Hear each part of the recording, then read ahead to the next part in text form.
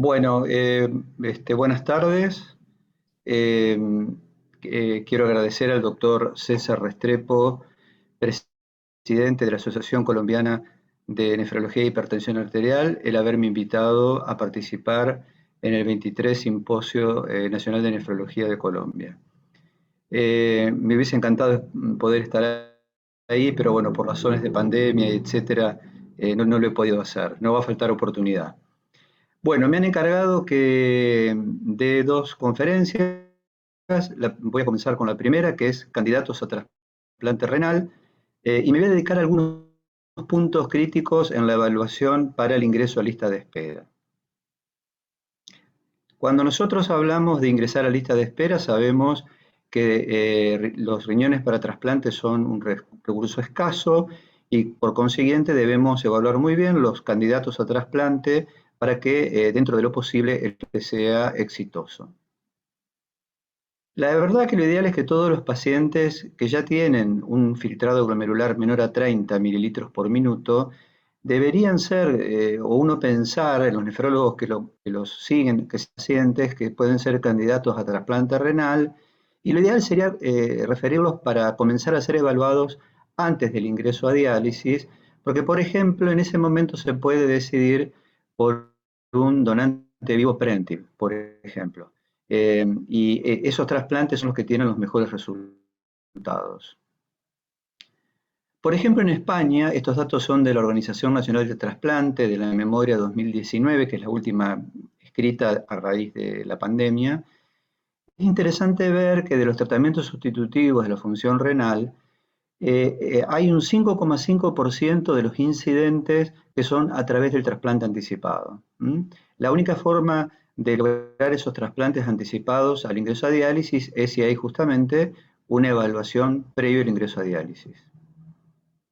Cuando nosotros hablamos de evaluación pretrasplante y del candidato a trasplante, hay tres aspectos fundamentales: la capacidad funcional del paciente, la cuestión psicológica y sus cuestiones de conducta. Y siempre saber que la evaluación pretrasplante es una evaluación multidisciplinaria, que involucra nefrólogos especialistas en trasplantes, cirujanos, trabajadores sociales, psicólogos, y que incluso es muy frecuente que se requiera la opinión de cardiólogos, hepatólogos, neumonólogos, etc. Si un paciente es rechazado para trasplante por un equipo, una segunda opinión a veces puede ser necesaria. Cuando nosotros diferimos la evaluación, cuando el paciente, el candidato tiene infecciones activas, excepto la hepatitis C, ahora después vamos a tocar este tema, cuando hay un cáncer activo, excepto el cáncer de piel no melanoma, localizado por supuesto, el cáncer de próstata localizado o el cáncer renal localizado de menos de 1 centímetro de diámetro, cuando hay abuso activo de sustancias, también suspendemos la evaluación, cuando hay enfermedades psiquiátricas descompensadas, cuando hay enfermedades orgánicas no controladas, enfermedades respiratorias, cardiovasculares, etcétera, o cuando hay una situación socioambiental muy desfavorable. En esa situación, la evaluación pretrasplante debe ser diferida hasta que, si es posible, cualquiera de estas situaciones es superada. Bueno, uno de los puntos críticos a evaluar es la edad del candidato. Un concepto fundamental es no excluir pacientes solo por la edad cronológica. Y es muy importante en los pacientes mayores de 60 a 65 años evaluar comorbilidades, porque son más frecuentes, y la fragilidad para tomar la decisión de incorporarlo a lista de espera. En la población mayor de 60 a 65 años está demostrada que el trasplante es beneficioso comparado con seguir en diálisis. Es muy importante evaluar dos cuestiones: el aspecto cognitivo del candidato a trasplante y la enfermedad vascular periférica. Y también siempre hay que pensar qué calidad de vida post-trasplante va a tener ese paciente. También saber que en general los trasplantes a pacientes añosos se hacen con donantes menos óptimos, muchas veces añosos, que generalmente van a tener un mayor tiempo de internación y van a ser más costosos. Una cuestión en lo que es funcional, evaluar el estado nutricional del candidato a trasplante de edad, y ahí evaluamos la sarcopenia. La mejor forma de evaluarla es con la tomografía abdominal, donde se evalúa el psoas. Ahí pueden ver a la izquierda un paciente bien nutrido y a la derecha un paciente con sarcopenia. Ven cómo se adelgaza los músculos y esto tiene un impacto directo sobre la función muscular. Y después se pueden hacer test muy simples, como el SPPB, que es un test muy simple de hacer, que consta de 3 cuestiones. El equilibrio, como se ve ahí, el paciente pone un pie por delante del otro, la velocidad de la marcha que desarrolla, y una prueba muy simple que es levantarse y sentarse en una silla 5 veces.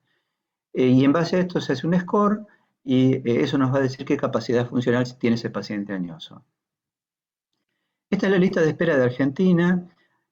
Ustedes ven que prácticamente un 25% de los pacientes en lista de espera de trasplante renal en Argentina tienen más de 60 años. Supongo que en Colombia debe ser parecido porque es un fenómeno que va adquiriendo una cuestión global. Por ejemplo, en Estados Unidos, ustedes fíjense, las barritas de color verde son los pacientes entre 65 y 4 años, y cómo a partir del 2000 hasta el 2018, cómo esa columna se va incrementando. Y fíjense, incluso la celeste, la de más arriba, también se va incrementando, son pacientes mayores de 75 años. Y en cada va disminuyendo la color morada, que es entre 18 y 44 años. Así que en países donde hay registro, la lista de espera va siendo cada vez más, incorporando cada vez más personas mayores de 60 a 65 años. Y fíjense, esto es de España, que para todos esos estratos de edad hay ventajas del trasplante con respecto a las dos modalidades dialíticas, sea hemodiálisis o diálisis peritoneal, en cuanto a la salida. Fíjese la diferencia, tanto en los estratos que van de 15 a 44 años, como de 45 a 64 años, de 65 a 74, incluso de más de 75 años. Y ahí está la mortalidad anual, y fíjense cómo en esas edades extremas, en diálisis la mortalidad es mayor al 20%, y en el trasplante de un 10%. Es decir, duplica la mortalidad continuar en diálisis. Bien, con respecto a la evaluación psicológica, debería ser realizada a todo candidato a trasplante renal. Esto es un ideal, la verdad que muchas veces por problemas logísticos, etcétera, no se puede. Lo que sí, cuando uno tiene dudas, evidentemente tiene que hacer la consulta con el psicólogo. Y si hay trastornos psiquiátricos severos, abuso activo de sustancias o episodios graves de no adherencia en diálisis, hay que diferir el ingreso a lista de espera hasta que esto se logre controlar. En cambio, para trastornos menos graves, que son muy frecuentes en diálisis, como la depresión y la ansiedad, hay que acompañar al paciente y contenerlo. Por ejemplo, en este metaanálisis hecho por Palmer, casi sobre 56.000 pacientes, la prevalencia de depresión fue casi de un 23%. Casi un cuarto por ciento de los pacientes en diálisis tenía algún grado de depresión. Y esto es basados en entrevista. Cuando estos estudios se hacen basados en la percepción del paciente, estos números son mayores todavía. Es decir, la depresión en diálisis es muy frecuente, pero tenemos que tratar de hacer algo, de no asumirlo, sino de acompañarlo, de contenerlo, especialmente para esos cuadros depresivos no tan graves. Y ahí las terapias cognitivas, el ejercicio incluso, técnicas de relajación, pueden ayudar a disminuir los síntomas depresivos y a mejorar la calidad de vida. Bien, otro tema crítico, además de los trastornos psicológicos y de la edad, es la adherencia de los pacientes a los tratamientos indicados. ¿Cómo definimos no adherencia? La definimos como una desviación del tratamiento indicado que afecta negativamente el resultado de los efectos buscados con dicho tratamiento. Hay barreras. Por ejemplo, puede haber barreras socioeconómicas para no adherir, psicológicas, relacionadas con la edad. En los adolescentes es muy frecuente la no adherencia, por la misma rebeldía, etcétera, que tienen. Y las causas son dinámicas. Y entonces la no adherencia en diálisis no debería ser una contraindicación para el trasplante, porque por ejemplo, la no adherencia en diálisis puede ser que al paciente le cueste cumplir con la dieta en cuanto a restricción hídrica y determinados aspectos de la dieta, o tener dificultades con el transporte para concurrir a las sesiones de diálisis. Esto, cuando el paciente se trasplante, es superado. Así que lo que sí, si existen algunos problemas de este tipo, hay que investigarlos, ver bien cuáles son las causas e intervenir, siempre con la finalidad de que el posterior trasplante sea exitoso o podamos darle dentro de nuestras limitaciones la mayor garantía de éxito posible. Y una cosa, no hay evidencia fuerte de que el paciente mal cumplidor en diálisis vaya a repetir la misma conducta post-trasplante. Depende la causa por la cual no cumple. Como decíamos, la dieta, el transporte, etc. Otra pregunta que muchas veces nos hacemos es, ¿deberíamos incluir en la lista de espera un paciente que ya perdió un trasplante por no adherir? Bueno, ¿cuáles son los argumentos que uno esgrime para eso? Primero, el riñón es un recurso escaso. La donación de un órgano para trasplante es un recurso escaso. Y segundo, va a tener peor resultado porque encima de no adherente ahora está sensibilizado. Bueno, este es un dilema ético, desde ya les digo, y un estricto utilitarismo en realidad no puede ser aplicado. Por ejemplo, nosotros sabemos que los pacientes hipersensibilizados van a andar peor que los pacientes que no están sensibilizados, y sin embargo no les negamos el trasplante. O los portadores de focal y segmentaria sabemos que tienen una chance bastante interesante de recidive la enfermedad en el injerto, incluso a veces hasta que lo pierdan por la recidiva. Y sin embargo no les negamos el trasplante. Entonces, eh, acá lo que tenemos que ver es ver en qué momento, por ejemplo, los receptores pediátricos que en la adolescencia perdieron su riñón por no cumplimiento, cuando llegan a la edad adulta muchas veces tienen otro tipo de comportamiento. Así que tenemos que considerar caso por caso y desde ya decir que no es, hay que ver caso por caso, que el hecho per se de que haya perdido el riñón por no cumplimiento no es causa de no volverlo a convocar para estar nuevamente en la lista de espera un paciente dado. Y la no adherencia tiene este impacto.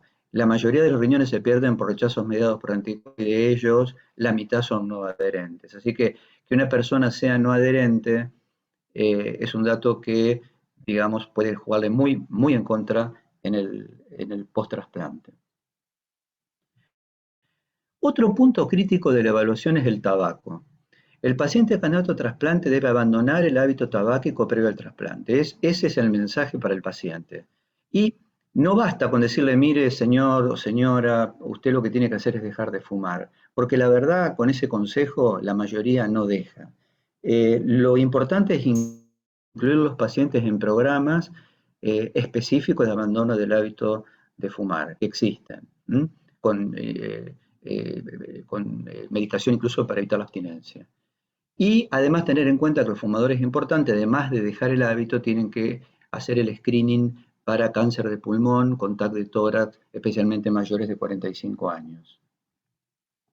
Y el hábito de fumar post-trasplante se asocia claramente a más enfermedad cardiovascular, a más enfermedades malignas que no son de piel, a un mayor riesgo de mortalidad, 1.74. Sí, entonces la conclusión de, por ejemplo, este trabajo es que el parar de fumar, mejor dicho, que el fumar se asocia con peores resultados en el post-trasplante y esto lo tenemos que incorporar para no cesar en el consejo y en los tratamientos para abandonar el hábito tabáquico. Bueno, otro tema crítico es la obesidad. Con respecto al Body Mass Index, con el cual un paciente puede ingresar a lista de espera, hay muchas discusiones. 35 parecería ser un límite que no conviene cruzar, porque con más de 35 los resultados son peores. Por supuesto que no, esto hay que tratar de superarlo y el consejo dietético y la cirugía bariátrica, si no hay contraindicaciones, pueden ser una muy buena alternativa. Si estamos frente a un paciente con obesidad mórbida, sabemos que nunca se va a poner a tiro como para tener menos de 30 de body mass, así que la cirugía bariátrica es algo que uno tiene que intentar, tanto en el pre como en el post, y eso ha demostrado mejorar la sobrevida de los injertos. Bueno, otro tema que hay que hablar con los pacientes que puede ser crítico es que hay ciertas glomerulopatías o enfermedades renales que recidivan en el riñón trasplantado, algunas de ellas muy frecuentes, como la focal y segmentaria, la glomerulonefritis por C3, el SHU atípico, el síndrome bulímico hemolítico atípico. En fin, esto hay que hablarlo, que los pacientes lo sepan, porque incluso, especialmente cuando uno está frente a una situación de un donante vivo, este tipo de cuestiones, el paciente tiene que estar anoticiado de esta posibilidad. Bueno, otra cuestión es el virus de la hepatitis C, que ha cambiado la historia de los pacientes tanto en diálisis como trasplante debido a los tratamientos con los antivirales de acción directa. Nosotros ahora actualmente, cuando estamos evaluando un paciente con hepatitis C, prácticamente seguimos el algoritmo de las CADIGO, que es ver, por un lado, si el paciente tiene, o no, desde no tener fibrosis, con un fibroscan se puede evaluar, ni hipertensión portal, o si tiene una cirrosis descompensada. Si el paciente ya es portador de una cirrosis descompensada con hipertensión portal, etcétera, ese paciente va directamente a alistarse a un doble trasplante hepatorrenal. Ahora, si el paciente no tiene cirrosis pero no descompensada o no tiene cirrosis, eh, la cuestión, si tenga donante vivo o donante cadavérico, el tema del tratamiento, que tiene muy buenos resultados, 12 semanas, es fundamental ver si el paciente se va a trasplantar rápido o no, tanto donante vivo como donante cadavérico. Si el paciente se va a trasplantar rápido, el tratamiento se debería ir para el post-trasplante. Lo mismo cuando uno pertenece a un sistema donde se utilizan donantes C positivos o la lista de espera es muy corta, las posibilidades de trasplante son muy rápidas.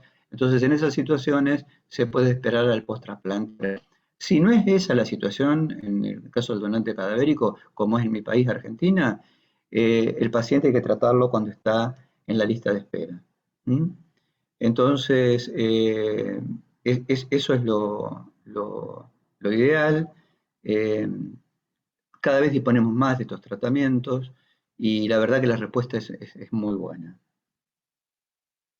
Con respecto al screening de neoplasias, el criterio, primero hay un concepto básico que el paciente que está en tratamiento dialítico en lista de espera debe ser evaluado en el screening igual que una persona de la población general, en cuanto a cáncer, el tema ginecológico, cáncer de próstata, cáncer de colon, etc.